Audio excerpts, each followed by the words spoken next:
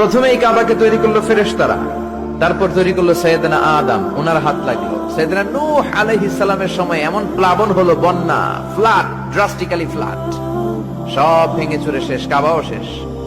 নূহ আলাইহিস সালাম নেমে আবার বানালেন, এরপর বানালেন ইব্রাহিম আলাইহিস সালাম। পড়েন সুবহানাল্লাহ।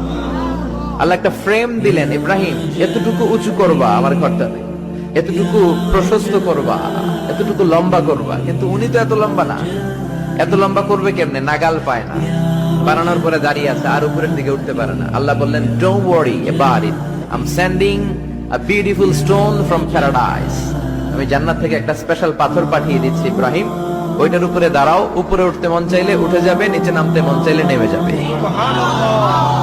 মাকামে ইব্রাহিম, জান্নাত থেকে আসা ওই পাথর কাবা ঘরের পাশে আজও আছে না নাই?